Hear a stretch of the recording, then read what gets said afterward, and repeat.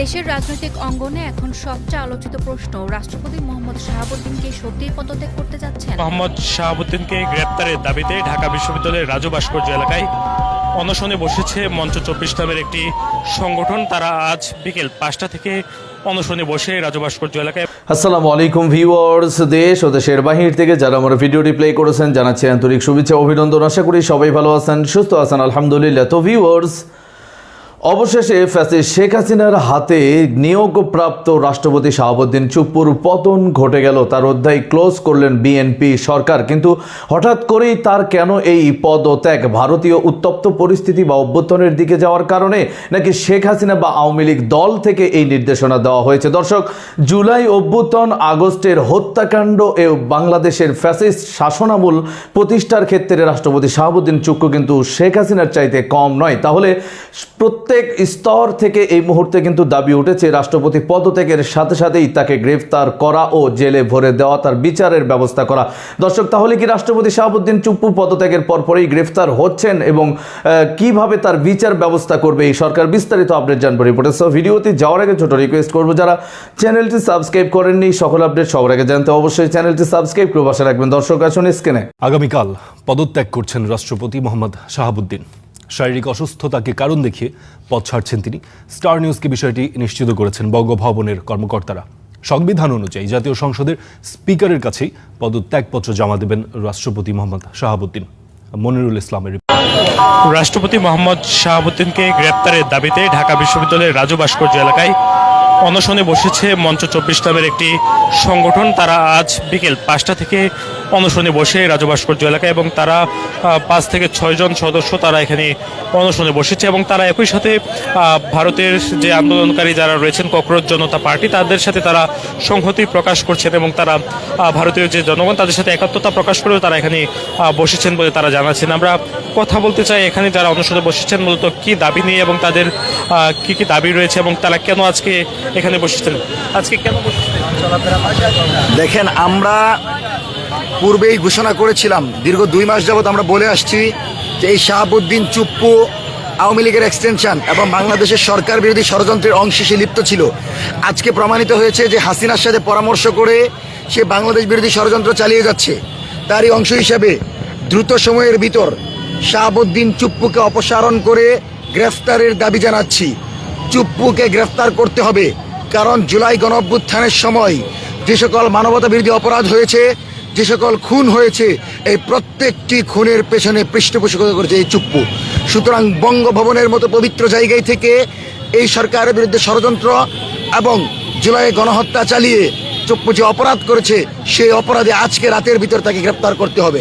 বাংলাদেশের সকল মুক্তিকামী জনতার পক্ষ থেকে মঞ্চ 24-এর এই ভাই বোনেরা এখানে অনশনে বসেছে। আমাদের এই অনশন চলবে, কারণ আমরা মনে করি বাংলাদেশের স্বাধীনতা সার্বভৌমত্ব রক্ষার জন্য চুপ্পুকে বিচারের মুখোমুখি করার কোনো বিকল্প নাই। রাষ্ট্রপতি মোহাম্মদ শাহাবুদ্দিন চুপ্পুকে ইতিমধ্যে স্বাস্থ্যগত কারণ দেখিয়ে পদত্যাগ করার জন্য জানিয়ে দেওয়া হয়েছে। এমনকি আগামী 25শে জুলাই শনিবারের আগেই তাকে এই পদত্যাগ পত্রে স্বাক্ষর করতে বলা হয়েছে। আমরা যেটা জানতে পেরেছি, আগামীকাল শুক্রবার দিনের দ্বিতীয়ার্ধেই হয়তো তিনি এই পদত্যাগপত্র জমা দেবেন স্পিকারের কাছে।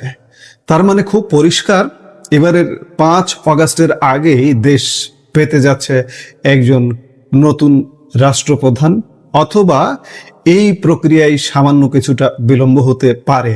আর যদি কোনো কারণে বিলম্ব ঘটে, তবে সংবিধান ও নিয়ম অনুযায়ী ভারপ্রাপ্ত রাষ্ট্রপতি হিসেবে দায়িত্ব সামলাবেন জাতীয় সংসদের স্পিকার হাফিজ উদ্দিন আহমেদ বীর বিক্রম। কিন্তু কেন এই আকস্মিক বিদায়? কেনই বা তাকে সরিয়ে দিচ্ছে রাজনৈতিক দলগুলো? আর কারা হচ্ছেন পরবর্তী সম্ভাব্য রাষ্ট্রপতি? আজকের এই বিশেষ বিশ্লেষণে আমরা এই পেছনের রাজনীতি ও আন্তর্জাতিক সমীকরণের প্রতিটি সূক্ষ্ম বিষয় উন্মোচন করব। শুরু থেকে শেষ পর্যন্ত সাথেই থাকুন। রাষ্ট্রপতি শাহাবুদ্দিন চুপ্পুর বিদায়ের বার্তা স্পষ্ট হতে রাজনৈতিক অঙ্গনের নতুন রাষ্ট্রপ্রধানকে নিয়ে শুরু হয়েছে জোরালো গুঞ্জন, কে হচ্ছেন বাংলাদেশের পরবর্তী রাষ্ট্রপতি। সম্ভাব্য রাষ্ট্রপতির তালিকায় বেশ কিছু হেভিওয়েট নাম নিয়ে আলোচনা চলছে। এদের মধ্যে রয়েছেন ডক্টর মোহাম্মদ ইউনুস, আন্তর্জাতিক মানবাধিকার কর্মী আইরিন খান, মন্ত্রিপরিষদ সচিব নাসিমুল গনি, বিএনপির শীর্ষ নেতা মির্জা ফখরুল ইসলাম আলমগীর, ডক্টর মঈন খান, নজরুল ইসলাম খান এবং স্পিকার হাফিজউদ্দিন আহমেদ বীর বিক্রম নিজেই। এই প্রভাবশালী ব্যক্তিবর্গের মধ্যে থেকে যে কোনো একজনকে রাষ্ট্রপতি পদের জন্য বিবেচনা করবে সরকার। এখন প্রশ্ন হচ্ছে, হঠাৎ করে কেন রাষ্ট্রপতিকে সরিয়ে দেওয়ার এই তৎপরতা? বিশেষ করে গোয়েন্দা তথ্য ও বিএনপির রাজনৈতিক হিসাব নিকাশ কি বলছে? বিশ্লেষকরা এর পেছনে মূলত তিনটি প্রধান কারণ দেখছেন। প্রথম কারণ, গোয়েন্দা সূত্রের খবর অনুযায়ী জামাতে ইসলামী সহ কয়েকটি রাজনৈতিক দল দীর্ঘদিন ধরে মোহাম্মদ শাহাবুদ্দিন চুপ্পুকে রাষ্ট্রপতি পদে রাখার ব্যাপারে তীব্র আপত্তি জানিয়ে আসছিল।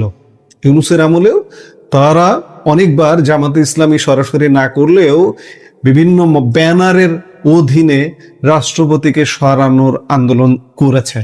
সরকারের কাছে স্পষ্ট তথ্য রয়েছে যে 5 অগাস্টের মধ্যে যদি বর্তমান রাষ্ট্রপতি পদত্যাগ না করেন, তবে জামাত বা তাদের সমমানা অর্থাৎ তাদের যে ব্যানারগুলো আছে সেই দলগুলো এই পরিস্থিতিকে কাজে লাগিয়ে ঘোলা পানিতে মাছ শিকার করার সুযোগ নিতে পারে। সরকার কোনোভাবে এই মুহূর্তে রাজনৈতিক অস্থিরতা বা নিরাপত্তার ঝুঁকি নিতে চাইছে না। মূলত এই ঝুঁকি এড়াতে তার বিদায় ঘণ্টা বাজানো হয়েছে। দ্বিতীয় কারণ, দলের ভেতরের অভ্যন্তরীণ রাজনৈতিক চাপ। রাজনৈতিক মহলের অনেকের ইচ্ছে রয়েছে রাষ্ট্রপতি হওয়ার, ফলে বিএনপির ভেতর থেকে নিজস্ব এবং পছন্দের মানুষকে রাষ্ট্রপ্রধান হিসেবে নিয়োগ দেওয়ার একটা তীব্র চাপ রয়েছে এবং এই যারা রাষ্ট্রপতি হতে চান তাদেরই আশপাশ থেকে দলের ভেতরে একটা চাপ উঠছে যে বর্তমান রাষ্ট্রপতিকে সরাতে হবে। তবে শেষ পর্যন্ত দলের নিজস্ব কেউ এই পদে বসতে পারবেন নাকি কোনো সর্বজন গ্রাহ্য নিরপেক্ষ মুখ আসবে তা নিয়ে এখনো নানা প্রশ্ন রয়ে গেছে। তৃতীয় যে কারণটি সেটি হচ্ছে শেখ। দর্শক, স্ক্রিনে আমরা সে সম্পর্কে বিস্তারিত জানাম। এই বিষয়ে আপনাদের মতামত কমেন্টে জানান। কেউ ভিডিওটি স্কিপ করবেন না। পদত্যাগের পরপরই গ্রেফতার হবেন নাকি দেশ ছেড়ে তিনি লন্ডনে পাড়ি জমাবেন? আওয়ামী নেতা কর্মীদের আহ্বানেই কি বা তার নির্দেশনা, ভারতের চাপের মুখে পড়েই কি এমন সিদ্ধান্ত নিতে বাধ্য হয়েছেন চপ্পু? বিস্তারিত আরো জানবো রিপোর্টে। একটা নির্বাচন যদি মধ্যবর্তী আয়োজন করতে হয়, শেখ হাসিনা আওয়ামী লীগকে যদি সেই নির্বাচনে অন্তর্ভুক্ত করতে হয় রাজনৈতিক পরিসরে, তাহলে এই সময়ে রাষ্ট্রপতি পদে বিশ্বস্ত একজন কাউকে রাখা গুরুত্বপূর্ণ, যেমন তেমন ওই ব্যক্তিকে সরিয়ে দেওয়া দরকার যে ব্যক্তি বারবার মনে করান আর বলেন যে শেখ হাসিনার কোনো পদত্যাগপত্র বাংলাদেশে জমা পড়ে নাই। হঠাৎ করে বাংলাদেশে খবর ছড়িয়ে পড়ে গতকাল যে রাষ্ট্রপতি শাহাবুদ্দিন চুপ্পুকে পদত্যাগ করতে হচ্ছে। মানে রাষ্ট্রপতি শাহাবুদ্দিন চুপ্পুকে তারেক রহমান সরকার গঠনের পরেও কেন পদত্যাগ করতে হলো না? বিশেষ করে তিনি 2025-এর ডিসেম্বরেই নির্বাচিত সরকার এলে এবং চাইলে তিনি পদত্যাগে প্রস্তুত আছেন বলার পরেও সেটাই বরং এতদিন একটা বিস্ময় ছিল। কিন্তু হঠাৎ করে কালকে কেন এমন ঘটনা ঘটলো এবং খবর মূলধারার সংবাদ মাধ্যমের কাছে যাওয়ার আগে বা কোনো আনুষ্ঠানিক ঘোষণায় যাওয়ার আগেই আল জাজিরার সাংবাদিক জুলকারনাইন সায়ের প্রবাসে বসে এ খবর পেয়ে গেলেন, এমনকি কে আসছেন রাষ্ট্রপতির জায়গায় সেখানে একটা বিস্ময়কর নামও উল্লেখ করে বসলেন এবং তার সূত্রে প্রথম বাংলাদেশের সংবাদ মাধ্যমে খবর হওয়া শুরু হলো যে রাষ্ট্রপতি শাহাবুদ্দিন চুপ্পুকে সরে যেতে হবে। এবং প্রথম দিকে বিএনপির শীর্ষস্থানীয় নেতা যাদেরকে ফোনে পাচ্ছিল সংবাদ মাধ্যমগুলো, তারাও বলছিলেন তাদের কোনো ধারণাই নাই যে রাষ্ট্রপতি শাহাবুদ্দিন চুপ্পুকে পদত্যাগ করতে হবে। রাত বাড়তে বাড়তে রাষ্ট্রপতি শাহাবুদ্দিন চুপ্পু তার বঙ্গভবনের বিভিন্ন কর্মকর্তাদের সূত্রে এটা নিশ্চিত হওয়া যায় যে বাংলাদেশের সরকারের একদম সর্বোচ্চ পর্যায় থেকে তাকে দ্রুততম সময়ে রাষ্ট্রপতির পদ ছেড়ে সরে যেতে বলা হয়েছে। মানে প্রধানমন্ত্রী তারেক রহমানই তাকে রাষ্ট্রপতি পদ ছাড়তে বলেছেন, যিনি ক্ষমতা নেওয়ার পর প্রথম দিকে ভীষণ রকম ঘনিষ্ঠতা দেখিয়েছেন রাষ্ট্রপতি শাহাবুদ্দিন চুপ্পুর ওপর, আর গত কয়েক মাস ধরে তাদের ভেতরে যে দূরত্ব হয়েছে সেটাও একেবারে প্রকাশ্য আর স্পষ্ট হয়ে পড়ছিল। এই দূরত্বটা সৃষ্টি হয়েছিল রাষ্ট্রপতি শাহাবুদ্দিন চুপ্পুর লন্ডন সফরের পর থেকে। মে মাসের সেই লন্ডন সফরের পর তারেক রহমানকে ঈদের নামাজে যেমন শাহাবুদ্দিন চুপ্পুকে জড়িয়ে ধরতে বা কোলাকুলি করতে দেখা যায়নি, পাশে বসার সুযোগ দিতে দেখা যায়নি, তেমনি এমনকি বাজেট অধিবেশনেও সৌজন্যের সালামটুকুও রাষ্ট্রপতির সঙ্গে বিনিময় করেন নাই। স্ক্রিনে আমরা সে সম্পর্কে বিস্তারিত জানাম। সো ভিডিও এই পর্যন্ত, ভালো লাগলে লাইক এন্ড কমেন্ট করবেন। দেশের সকল আপডেট